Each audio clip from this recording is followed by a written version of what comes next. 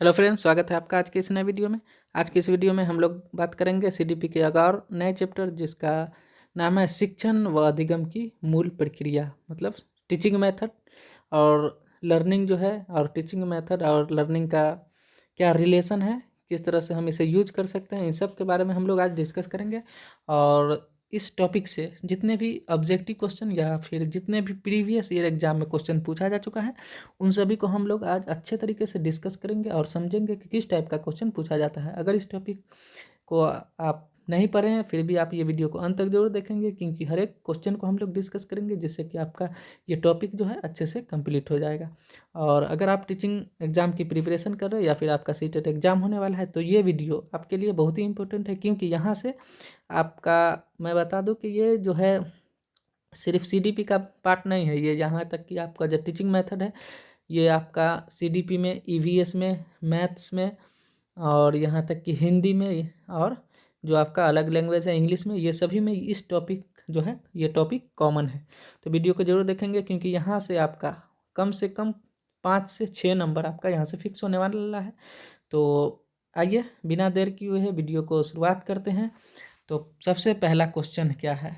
तो सबसे पहला क्वेश्चन है, शिक्षक को ज्ञान होना चाहिए, किस चीज़ का ज्ञान होना चाहिए? तो अध्यापन विषय का, या फिर बाल मनोविज्ञान का, या शिक्षा संहिता का, या अध्यापन विषय एवं बाल मनोविज्ञान दोनों का। तो आप इसका आंसर क्या हो जाएगा? तो अध्यापन विषय का भी ज्ञान होना चाहिए बच्चों को पढ़ाने के लिए, और बाल मनोविज्ञान की बच्चों का जो साइकोलॉजी है, उसका सीखने का जो स्तर है वो क्या है, वो भी जानना जरूरी है एक टीचर को। तो डी नंबर इसका आंसर हो गया।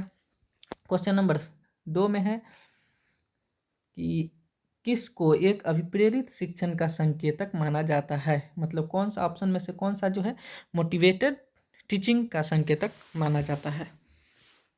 तो कक्षा में अधिकतम उपस्थिति, अगर कक्षा में अधिकतम उपस्थिति है तो इसका मतलब क्या बच्चा मोटिवेट है? या फिर शिक्षक द्वारा किया गया उपचारात्मक कार्य, अगर शिक्षक जो है कोई बच्चा की समस्या को बताता है तो क्या वो अभिप्रेरित शिक्षण है? या फिर विद्यार्थियों द्वारा प्रश्न पूछना, या फिर कक्षा में एकदम खामोशी? तो इसका आंसर हो गया सी नंबर। अगर विद्यार्थी इंटरेस्टेड है, पढ़ना चाहता है, मोटिवेट है, तभी वो प्रश्न पूछेगा। तो विद्यार्थियों द्वारा प्रश्न पूछना जो है अभिप्रेरित शिक्षण का संकेतक माना जाता है। क्वेश्चन नंबर 3 है, जब बच्चा कार्य करते हुए उबने लगता है, यानी कि बोर होने लगता है बैठे बैठे या फिर पढ़ते पढ़ते क्लास के अंदर, तो इस बात का संकेतक है कि बच्चों को अनुशासित करने की जरूरत है।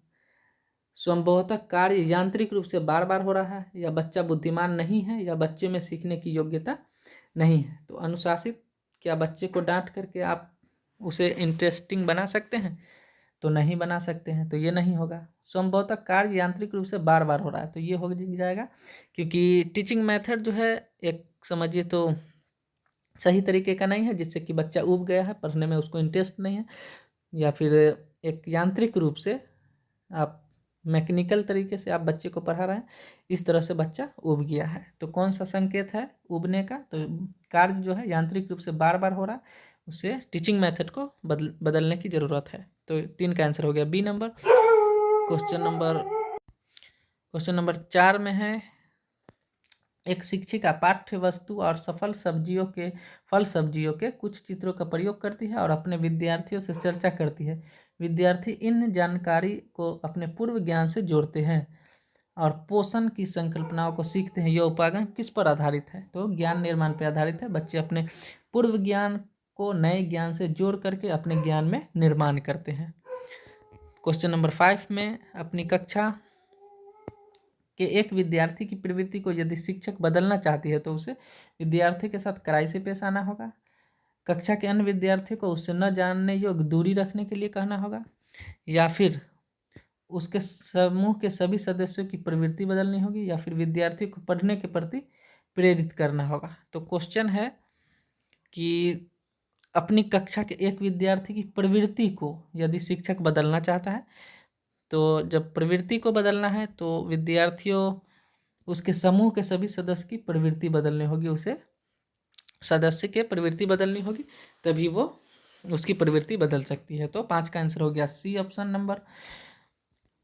क्वेश्चन नंबर 6 में है, मानव बुद्धि एवं विकास की समझ शिक्षक को किस योग्य बनाती है? किस योग्य बनाती है? तो इसका आंसर हो जाएगा विविध शिक्षार्थियों के शिक्षण के बारे में स्पष्टता, सी नंबर। मतलब प्रत्येक शिक्षार्थी के अगर आप बुद्धि या फिर उसके डेवलपमेंट को समझ रहे हैं तो वो विविध शिक्षार्थी के शिक्षण के बारे में स्पष्ट हो जाता है कि वो किस तरह से उसका समझने का जो लेवल है वो क्या है, और आप किसी भी शिक्षार्थी को अच्छे से समझा सकते हैं। क्वेश्चन नंबर 7, एक पीटी शिक्षक, ठीक है, मतलब फिजिकल टीचर जो कि प्रैक्टिस करवाता है या फिर योगा करवाता है, वो टीचर है, ठीक है। क्रिकेट के खेल में अपने शिक्षार्थियों के क्षेत्र रक्षण को सुधारना चाहता है, मतलब फील्डिंग को सुधारना चाहता है, तो निम्न में से कौन सी युक्ति शिक्षार्थी को अपना लक्ष्य प्राप्त करने में सर्वाधिक सहायता करेगा? तो शिक्षार्थी को क्षेत्र रक्षण का अधिक अभ्यास करवाना, तो यही सबसे बेस्ट हो जाएगा, क्योंकि क्षेत्र रक्षण में अगर लर्निंग बाय डूइंग करके सीखते हैं तो वो अच्छे से सीख सकता है, न कि आप बता करके नहीं सीख सकते हैं, या फिर तर्क को स्पष्ट करके नहीं सकते, या अवलोकन करके नहीं सीख सकते हैं। तो सबसे बेस्ट जो तरीका है वो आप खुद से करके सीख सकते हैं। क्वेश्चन नंबर 8 में शिक्षा में फ्रोबेल का महत्वपूर्ण योगदान था, कौन सा विकास? तो फ्रोबेल कौन सा विकास फ्रोबेल के द्वारा दिया गया था? तो किंडरगार्टन मेथड जो था वो फ्रोबेल के द्वारा दिया जा चुका है। क्वेश्चन नंबर 9 में आपकी कक्षा में एक छात्र देर से आता है तो आप क्या करेंगे? उसके अभिभावकों को सूचित करेंगे, यानी कि उसके माँ बाप को सूचना देंगे कि आपका लड़का देर से आ रहा है, या फिर उसे दंड देंगे, या फिर कारण जानने की चेष्टा करेंगे, या उस पर कोई ध्यान नहीं देंगे? तो कारण जानने की चेष्टा करेंगे कि क्यों उसे आने में देर हुई है। क्वेश्चन नंबर 10, विद्यालय में से विद्यार्थियों के भाग जाने का क्या कारण है? तो भाग जाने का क्या कारण हो सकता है? तो कक्षा शिक्षण में रुचि का अभाव, या फिर विद्यार्थियों के अध्ययन में रुचि का अभाव, या फिर विद्यार्थियों को दंड नहीं देना, या फिर समस्या के प्रति शिक्षकों का निर्दयी अभिवृत्ति। तो ये आपका हो जाएगा कक्षा शिक्षण में रुचि का अभाव, मतलब कक्षा में जो पढ़ाई हो रहा है उसमें जो है इंटरेस्ट नहीं है बच्चों को, इसीलिए वो भाग जाने का कारण हो सकता है। क्वेश्चन नंबर 11, एक शिक्षिका अपने शिक्षार्थी को सदैव इस रूप में सहायता करती कि वे एक विषय क्षेत्र से प्राप्त ज्ञान को दूसरे विषय क्षेत्र के ज्ञान के साथ जोड़ सके, इससे क्या बढ़ावा मिलता है? तो 11 का क्या आंसर हो जाएगा? पुनर्बलन, या फिर ज्ञान के सहसंबंध एवं या फिर व्यक्तिक भिन्नता, या फिर शिक्षार्थी स्वायत्तता। तो ये हो जाएगा डी नंबर, शिक्षार्थी स्वायत्तता। मतलब उस टाइप का जो कि शिक्षार्थी यानी कि बालक सीख सकता है, वो पहले से जो ज्ञान है उसमें उसको जोड़ करके नए ज्ञान को देने की प्रयास की जा रही है। तो ये डी नंबर हो गया, शिक्षार्थी स्वायत्तता। क्वेश्चन नंबर 12, निम्नलिखित में से कौन सा सिद्धांत पाठ योजना में शामिल नहीं है? योजना की दृढ़ता, शिक्षार्थियों का ज्ञान, उद्देश्य की स्पष्टता, या शिक्षण का ज्ञान? तो योजना की दृढ़ता से आप पालन नहीं करते हैं, कठोरता से आप पालन नहीं कर सकते किसी भी योजना का। क्वेश्चन नंबर 13, दिए गए वाक्य को पूरा करने के लिए निम्नलिखित में से कौन सा युग्म सर्वाधिक उचित विकल्प होगा? जब बच्चे उन गतिविधि में शामिल होते हैं जो होती है तब वे जल्दी करते हैं, तो क्या होती है? तो कक्षा में उपयोगी होती है, या फिर केवल उनके कक्षा कार्य से संबंधित, या फिर सांस्कृतिक रूप से निष्पक्ष, या वास्तविक जीवन में उपयोगी? तो वास्तविक जीवन में उपयोगी होगी तब वे जल्दी से सीखा करते हैं। तो 13 का हो गया D number option. Question number 14, निम्नलिखित में से कौन सा समझ के लिए शिक्षण को प्रदर्शित नहीं करता है? ये ध्यान में रखेंगे, समझ के लिए शिक्षण को प्रदर्शित नहीं करता है। तो कौन सा नहीं करता है? तो नियम कैसे काम करता है इसे स्पष्ट करने हेतु उदाहरण उपलब्ध कराने के लिए विद्यार्थी को पढ़ाना, तो ये हो सकता है। समानता और अंतर देखने एवं सादृश्यता स्थापित करने के लिए विद्यार्थियों की सहायता करना, तो ये भी हो सकता है। विद्यार्थी को एकाकी तथ्य और प्रक्रिया को याद करने योग्य बनाना, तो रटन विद्या को खत्म करके समझने की तरीके पे ध्यान देना है। तो ये सी नंबर 14 का सी हो गया। क्वेश्चन नंबर 15, शिक्षार्थी जो पहले सीख चुके हैं उसकी पुनरावृत्ति और प्रत्यास्मरण में शिक्षार्थियों की मदद करना महत्वपूर्ण है, क्योंकि नई जानकारी को पूर्व जानकारी से जोड़ना सीखने को समृद्ध बनाता है, या फिर पूर्व पाठों को दोहराने का यह प्रभावी तरीका है, यह शिक्षार्थियों की स्मृति को बढ़ाता है, या किसी भी कक्षा अनुदेशन के लिए एक सुविधाजनक शुरुआत है। तो ये ए नंबर हो गया, नई जानकारी को पूर्व जानकारी से जोड़ना सीखने को समृद्ध बनाती है, जो कि सीटेट 2011 में पूछा जा चुका है। क्वेश्चन नंबर 16, सीखना समृद्ध हो सकता है यदि वास्तविक दुनिया से उदाहरण को कक्षा में लाया जाए, जिसमें विद्यार्थी एक दूसरे से अंतःक्रिया करे और शिक्षक उस प्रक्रिया को सुगम बनाए। तो यही आपका आंसर हो गया। वास्तविक दुनिया से उदाहरण को कक्षा में लाया जाए जो कि बच्चे के वास्तविक जीवन से जुड़ा हुआ हो और विद्यार्थी और शिक्षक एक दूसरे से पूछ करके अंतःक्रिया करके प्रक्रिया को सुगम बनाया जा सकता है। क्वेश्चन नंबर 17, एक शिक्षक को अपने विद्यार्थियों की क्षमताओं को समझने का प्रयास करना चाहिए। निम्नलिखित में से कौन सा क्षेत्र इस उद्देश्य के साथ संबंध है? शिक्षा समाजशास्त्र, सामाजिक दर्शन, मीडिया मनोविज्ञान या शिक्षा मनोविज्ञान। तो विद्यार्थी की क्षमता को समझना है तो आपका शिक्षा मनोविज्ञान की जरूरत है। ठीक है, तो 17 का डी हो गया आंसर। 18 का शिक्षार्थी को आत्मनियमन की ओर संकेत करता है। तो किस ओर संकेत करता है?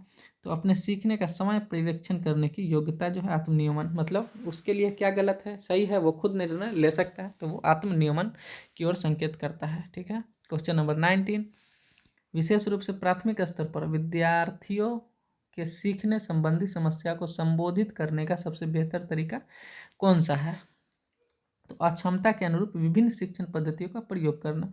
तो ये हो गया अक्षमता के अनुरूप, मतलब जो उसके समस्या है बच्चों का उसके अनुरूप शिक्षण पद्धति का प्रयोग करना। क्वेश्चन नंबर 20, निम्नलिखित में से सर्वोत्तम कौन सा है? एक अच्छा अध्यापक अध्यापन के लिए व्याख्यान विधि का प्रयोग करेगा। तो व्याख्यान विधि तो आप समझिए बंद हो चुका है। प्रायः प्रदर्शन के माध्यम से सिखाता है। तो प्रायः आप प्रदर्शन के माध्यम से नहीं सिखा सकते हैं। ठीक है, मतलब आप हमेशा प्रदर्शन के माध्यम से ही सिखाइएगा तो गलत बात है। विद्यार्थी को सदैव सीखने के लिए प्रेरित करना, तो ये हो सकता है कि हमेशा आप मोटिवेट करेंगे विद्यार्थी को सीखने के लिए। क्वेश्चन नंबर 21, एक अध्यापक की दृष्टि से कौन सा कथन सर्वोत्तम है? ठीक है, प्रत्येक बच्चा सीख सकता है, तो सही है। ऐसा नहीं कि कोई बच्चा नहीं सीखेगा, प्रत्येक बच्चा सीख सकता है। ठीक है, क्वेश्चन नंबर 22, विद्यार्थी को सीखने में जो रिक्तियाँ रह जाती है उनके निदान के बाद क्या करेंगे? निदानात्मक, मतलब आप निदान कर ले रहे हैं, मतलब बच्चे की समस्या को आप पहचान ले रहे हैं, तो उसके बाद क्या करेंगे? सघन अभ्यास कार्य या सभी पाठों को व्यवस्थित रूप से दोहराना, या फिर शिक्षार्थी और अभिभावकों की उपलब्धि के बारे में बताना, या समुचित उपचारात्मक कार्य। तो ये उपचार करेंगे आप। डायग्नोस्टिक टेस्ट यानी कि निदानात्मक, यानी कि समस्या को पहचानने के बाद आप उपचार करेंगे बच्चों के समस्या का, तो उपचारात्मक कार्य होगा। क्वेश्चन नंबर 23, निम्न में से कौन सा शिक्षण कुशलता से संबंधित है? तो श्यामपट्ट पर लिखना, या प्रश्नों को हल करना, या प्रश्न पूछना, या फिर ये सभी। तो कौन सा हो जाएगा? शिक्षण कुशलता, मतलब ये सभी हो जाएगा। क्वेश्चन नंबर 24, किस चीज को अनुप्रेरित शिक्षण के एक संकेत के रूप में विवेचित किया जाता है? तो कक्षा में अधिकतम उपस्थिति, या शिक्षण द्वारा दिया गया उपचारात्मक कार्य, या विद्यार्थियों द्वारा प्रश्न पूछना, या कक्षा में पूर्ण निर्भरता। तो इस क्वेश्चन को हम लोग पिछले ही क्वेश्चन पे डिस्कस किए कि विद्यार्थियों द्वारा प्रश्न पूछना जो है मोटिवेशन शिक्षण का प्रक्रिया है। क्वेश्चन नंबर 25 क्या है? तो आप एक अति सक्रिय बालक को कैसे सही दिशा में लाएंगे? तो उसे पहली पंक्ति में बैठाएंगे तथा उस पर कड़ी नजर रखेंगे, या उसे कक्षा में कोने में बैठाएंगे, या फिर उसे श्यामपट्ट आदि साफ करने का काम देंगे, या उपयुक्त में से कोई नहीं। तो एक अति सक्रिय बालक है, उसको सही दिशा में लाने के लिए आप क्या करेंगे? तो इसमें से तो कोई नहीं होगा, उपयुक्त में से कोई नहीं। क्वेश्चन नंबर 26, एक अच्छा अध्यापक विद्यार्थियों के मध्य बढ़ावा देता है प्रतियोगिता की भावना, या फिर सहयोग की भावना, या प्रतिद्वंद्विता की भावना, या फिर तटस्थता मतलब रटने की भावना को। तो आप बताइए कौन से भावना को सहयोग बढ़ावा देगा? तो सहयोग की भावना को। कोऑपरेटिव लर्निंग जो है एक सहयोग की भावना का उदाहरण हो सकता है। क्वेश्चन नंबर 27, यह कहा जाता है कि शिक्षक को संसाधन संपन्न होना चाहिए। इसका अर्थ क्या है? तो उसके पास पर्याप्त मात्रा में पैसा और संपत्ति होना चाहिए ताकि वह ट्यूशन ना पढ़ा पाए, तो ऐसा नहीं। उसका उच्च अधिकारियों से संपर्क होना चाहिए, तो ये भी नहीं होगा। उसे पर्याप्त ज्ञान होना चाहिए ताकि छात्रों की समस्या को हल कर सके। तो 27 का सी हो गया आंसर।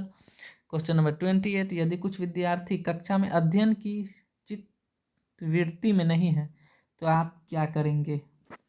उन्हें अध्ययन के लिए बाध्य करेंगे? तो बाध्य नहीं किया जा सकता है। उन विद्यार्थी को कक्षा छोड़ने के लिए देंगे? तो ये भी आप नहीं कर सकते। उन्हें चेतावनी देंगे कि वे अवश्य अध्ययन करें, नहीं तो आप प्रधानाध्यापक को सूचित देंगे, या उन्हें उनकी रुचि अथवा आप अपने विषय के अनुसार रुचिपूर्ण चीज़ें बताएंगे। तो 28 का डी होगा, उन्हें उनकी रुचि अथवा आप अपने विषय के अनुसार रुचिपूर्ण चीज़ें बताएंगे। क्वेश्चन नंबर 29, शिक्षा का किंडरगार्टन पद्धति का प्रतिपादक कौन है? तो फ्रोबेल, जो कि क्वेश्चन हमेशा पूछा जाता है। क्वेश्चन नंबर 30, शिक्षार्थी व्यक्तिगत भिन्नता प्रदर्शित करता है, अतः शिक्षक को अधिगम की एक समान गति पर बल देना चाहिए। तो जब शिक्षण में व्यक्तिगत भिन्नता मतलब इंडिविजुअल डिफरेंस है, वो अलग तरीके से सीख सकता है, आप अलग तरीके से सीख सकते हैं, दूसरा जो बालक है वो अलग तरीके से सीख सकता है। तो जब अलग तरीके से सीखेगा तो एक समान गति पर बल आप नहीं दे सकते हैं।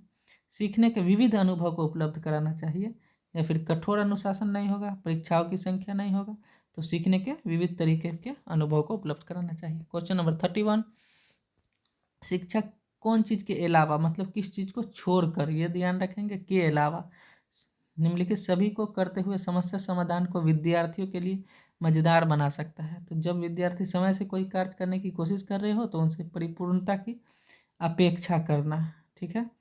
तो परिपूर्णता की अपेक्षा नहीं की जा सकती है, क्योंकि आप ऐसा नहीं कर सकते हैं कि अगर कोई बालक का कोई कार्य कर रहा है तो वो हमेशा सफल होगा, उसकी अपेक्षा आप नहीं कर सकते परिपूर्णता की अपेक्षा।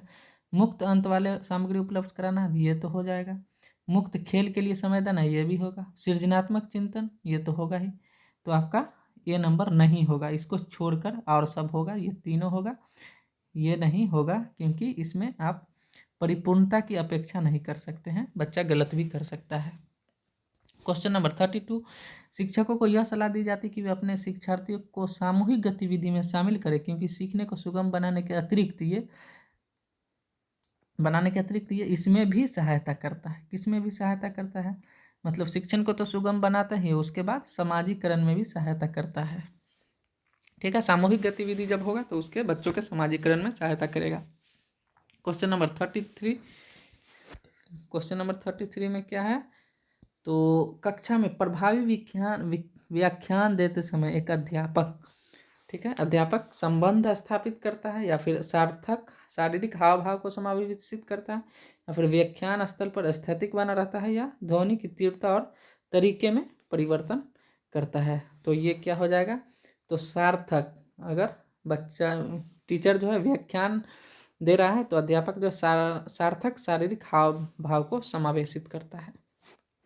क्वेश्चन नंबर 34, मीडिया का एक उदाहरण जो अधिगमकर्ता को प्रत्यक्ष प्रस्तुतिकरण के द्वारा अधिगम में सहायक होता है। मीडिया का एक उदाहरण जो अधिगमकर्ता को प्रत्यक्ष प्रस्तुतिकरण के द्वारा अधिगम में सहायता करता है। तो शैक्षिक टेलीविजन, या शैक्षिक प्रसारण, या ओवरहेड प्रोजेक्टर, या फिर टेलीफोन, कौन जो है अधिगमकर्ता को अधिगम में सहायता करता है? तो ये शैक्षिक टेलीविजन जो है सहायता करता है। क्वेश्चन नंबर 35 है, विद्यार्थियों के साथ संप्रेषण मतलब हो गया कम्युनिकेशन का अर्थ होता है क्या?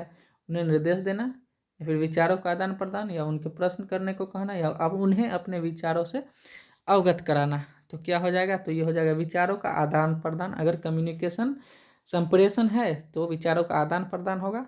इसमें जो है संप्रेषण का मतलब ही है कि दो तरफा जो है संप्रेषण होगा, कम्युनिकेशन होगा।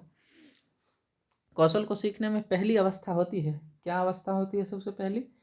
तो पहली अवस्था होती है यथार्थता, या फिर चालाकी, या समन्वयन, या अनुकरण। तो किसी भी कौशल को सीखने के लिए सबसे पहले अनुकरण की अवस्था होती है, मतलब देख करके सीखने की अवस्था जो है। क्वेश्चन नंबर 37, कक्षा में किसी विषय वस्तु की परिचर्या के समय एक अध्यापक के लिए आवश्यक प्रथम गतिविधि क्या हो सकती है? तो तर्क संबंधी तथ्यों की व्याख्या, या उद्देश्य की सूचना, या विषय वस्तु को मौखिक रूप से बताना, या श्यामपट्ट पर विषय वस्तु लिखना। तो कक्षा में विषय वस्तु की परिचर्या के समय एक अध्यापक के लिए आवश्यक प्रथम गतिविधि जो होगा तर्क संबंधी तथ्यों की व्याख्या करना की जरूरत होगा। क्वेश्चन नंबर 38, एकल अभिभावक वाले बच्चों को पढ़ाते समय शिक्षक को स्थिर और एकरूपता वातावरण उपलब्ध कराना चाहिए। इस तथ्य को अनदेखा करना चाहिए और ऐसे बच्चों के साथ अन्य बच्चों के समान व्यवहार करना चाहिए। तो ये हो जाएगा, मतलब किसी एकल अभिभावक वाले बच्चों को, मतलब किसी का एक ही अभिभावक है, या फिर माता है, या फिर पिता है, या कोई एक को कह सकते हैं, तो इस तथ्य को अनदेखा करना चाहिए और उसे सभी बच्चों के साथ समान व्यवहार करना चाहिए और उसे सामान्य तरीके से शिक्षण दी जानी चाहिए। क्वेश्चन नंबर 39, और मैं आपको बता दूं कि इस वीडियो में टोटल जो है 50 क्वेश्चन को हम लोग डिस्कस कर रहे हैं, और ये बहुत ही इम्पोर्टेंट चैप्टर है जो कि देख रहे हैं आप, हमें सीटेट 2012 में पूछा जा चुका है, और इस तरह के क्वेश्चन जो है हमेशा टीचिंग एग्जाम में पूछे जाते हैं। तो वीडियो को अंत तक जरूर देखिएगा, बहुत ही अब जल्दी कंप्लीट होने वाला है, क्योंकि 10-11 क्वेश्चन ही बचा है। इस वीडियो को अंत तक देखने के बाद इस टॉपिक से आपका एक क्वेश्चन भी बाहर नहीं जाएगा, और आपका 5 से 6 नंबर यहाँ से कंप्लीट हो जाएगा। क्वेश्चन नंबर 39 में है, निम्नलिखित में से कौन सा अधिगम को अधिकतम करने के लिए सर्वाधिक उचित है? अधिगम को अधिकतम करने के लिए, ठीक है, मतलब लर्निंग को हाई करने के लिए कौन सर्वाधिक उचित है? तो शिक्षिका को अपनी संज्ञानात्मक शैली के साथ साथ अपने शिक्षार्थियों के संज्ञानात्मक शैली की पहचान करनी चाहिए। तो ये सही है, ये सही हो सकता है। नेक्स्ट पहले ऑप्शन हम लोग पढ़ लेते हैं। शिक्षार्थियों में व्यक्तिक भिन्नता को सहज बनाने के लिए समान शिक्षार्थी के जोड़ बनाए जा सकते हैं। तो ये नहीं होगा कि हर एक समान शिक्षार्थी को, समान बालक को एक साथ रखेंगे, अलग बालक को एक साथ रखेंगे, कमजोर बालक को एक साथ रखेंगे, तो ये नहीं होगा। सभी शिक्षक को सभी शिक्षार्थी को समान तरीके से शिक्षण दी जानी चाहिए। अधिकतम परिणाम लाने के लिए शिक्षक केवल एक अधिगम शैली पर ध्यान केंद्रित करता है, तो नहीं। समान सांस्कृतिक पृष्ठभूमि वाले शिक्षार्थी को एक कक्षा में, तो ये भी नहीं, तो 1 नंबर हो गया आंसर। क्वेश्चन नंबर 40, बहु शिक्षण शास्त्रीय तकनीक वर्गीकृत अधिगम सामग्री, बहु आकलन तकनीक तथा परिवर्तनीय जटिलता एवं सामग्री का स्वरूप निम्नलिखित में से किससे संबंधित है? तो पारस्परिक शिक्षण, या फिर सार्वभौमिक अधिगम प्रारूप, या फिर उपचारात्मक शिक्षण, या विभेदित अनुदेशन। तो ये विभेदित अनुदेशन है, क्योंकि बहु शिक्षण शास्त्रीय तकनीक, वर्गीकृत अधिगम सामग्री, बहु आकलन, ये सब अलग अलग चीज़ें हैं, तो ये विभेदित अनुदेशन होगा। क्वेश्चन नंबर 41, निम्नलिखित में से कौन सा तत्व कक्षा में अधिगम हेतु सहायक हो सकता है? ठीक है, कौन सा तत्व कक्षा में अधिगम हेतु मतलब सीखने के लिए, लर्निंग के लिए सहायक हो सकता है?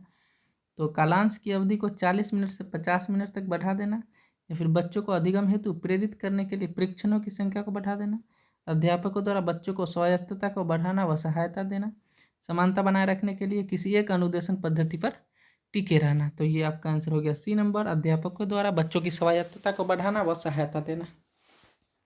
क्वेश्चन नंबर 42, बच्चों के अधिगम को सुगम बनाने के लिए अध्यापकों को एक अच्छे कक्षाई परिवेश का सृजन करने के लिए नीचे दिए गए कथनों में से कौन सा सही नहीं है?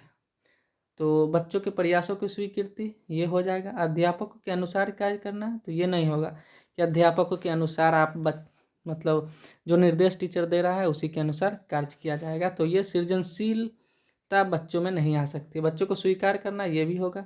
अध्यापकों का सकारात्मक रुख, तो ये होगा। तो ये अध्यापक के अनुसार कार्य नहीं करना, कार्य करना, ये ऐसा नहीं होगा, तो ये B नंबर इसका आंसर हो गया। क्वेश्चन नंबर 43, बच्चे में ज्ञान की रचना करने और अर्थ का निर्माण करने की क्षमता होती है। इस परिप्रेक्ष्य में एक शिक्षक की भूमिका क्या होनी चाहिए? ठीक है, तो संप्रेषक और व्याख्याता की, या सुगमकर्ता की, निर्देशक की, तालमेल बैठाने वाली की? बताइए, वाली बात बोल रहा है, तो संप्रेषक और व्याख्याता या कि सुगमकर्ता की होनी चाहिए। ठीक है, मतलब बच्चे का अर्थ निर्माण करने की जो क्षमता है वो सुगमकर परीक्षा में शिक्षक की भूमिका जो होनी चाहिए सुगमकर्ता की। क्वेश्चन नंबर 44, बच्चों को समूह कार्य देना एक प्रभावी शिक्षण रणनीति है, क्योंकि छोटे समूह में कुछ बच्चों को दूसरे बच्चों पर हावी होने की अनुमति होती है। बताइए, हावी होने की अनुमति नहीं हो सकती है। सीखने की प्रक्रिया में बच्चे एक दूसरे से सीखते हैं और परस्पर सहायता भी करते हैं, तो ये तो सही बदल रहा है कि एक दूसरे से सीखते हैं और सहायता भी करते हैं। क्वेश्चन नंबर 45, अपनी कक्षा के बच्चों को उनकी अपनी अवधारणाओं को बदलने में आप किस प्रकार सहायता करेंगे? तो बच्चों को सूचनाएं लिखा कर उन्हें याद करने के लिए कहेंगे। बताइए, यदि बच्चों को अवधारणाएं गलत हो तो उन्हें दंड देकर करेंगे, तो दंड भी नहीं दे सकते हैं, याद करने के लिए भी नहीं कर सकते हैं। तथ्यात्मक जानकारी देकर, या फिर अवधारणाओं के बारे में बच्चों को अपनी समझ को व्यक्त करने का अवसर देकर। तो 45 का D हो गया। क्वेश्चन नंबर 46, किसी कक्षा में शिक्षक की भूमिका है। क्या भूमिका है किसी कक्षा में शिक्षक की भूमिका? तो समय सारणी को कठोरता से पालन करना, ये कोई भूमिका है? बताइए। ऑप्शन में ऐसा ऑप्शन दे देता है जो कि देखते ही गलत हो जाता है। सीखने की विश्वसनीय स्थितियाँ जुटाना और शिक्षार्थी को स्वतंत्र चिंतन की सुविधा देना। तो ये हो सकता है। अब ऑप्शन नंबर सी पढ़ेंगे, अपने ज्ञान से शिक्षार्थी को परिपूर्ण करना और उन्हें परीक्षा के लिए तैयार करना। बताइए, ये भी नहीं होगा, परीक्षा के लिए आप तैयार नहीं कर सकते हैं। अब हम लोग स्टूडेंट को जो है परीक्षा के लिए तैयार कर रहे हैं, इसका मतलब ये नहीं कि बच्चे को भी परीक्षा के लिए ही तैयार करना है। सीधे तरीके से ज्ञान पहुंचाना और शिक्षार्थियों को सही उत्तरों के लिए तैयार करना, ये भी नहीं होगा। तो आपका हो जाएगा बी नंबर। क्वेश्चन नंबर 47 47 में क्या है, तो पाठ्यचर्या ऐसी हो जो पाठ्य पुस्तक के ज्ञान को पुनः प्रस्तुत करने के स्थान पर बच्चों को अपनी आवाज़ पाने, कार्य करने के लिए, अपनी जिज्ञासा का पोषण करने, प्रश्न पूछने और जांच पड़ताल करने तथा अपने अनुभव को बांटने तथा विद्यालय के ज्ञान के साथ जोड़ने में सक्षम बनाए। ठीक है। राष्ट्रीय पाठ्यचर्या की रूपरेखा 2005। इस पृष्ठभूमि में एक शिक्षक की प्राथमिक भूमिका क्या होनी चाहिए, तो क्या होना चाहिए भाई, प्राथमिक भूमिका बच्चों को उनकी अपनी समझ और अपने ज्ञान को साझा करने का पर्याप्त अवसर देना चाहिए। तो ये तो होना ही चाहिए। तो दूसरा हम लोग पढ़ेंगे, ज़्यादा नहीं, एकदम फिक्स आंसर है। ठीक है। नेक्स्ट क्वेश्चन है 48। बच्चों को अपने अध्ययन में प्रयास करने हेतु प्रोत्साहित करने के लिए शिक्षकों को किस चीज़ की आवश्यकता है, तो बच्चों को नियंत्रण में रखने के लिए, या फिर अन्य बच्चों के साथ तुलना, तो न ही तुलना कर सकते हैं, न ही नियंत्रण में रख सकते हैं, न ही डांट सकते हैं, तो क्या कर सकते हैं, मोटिवेट कर सकते हैं। Question number 49।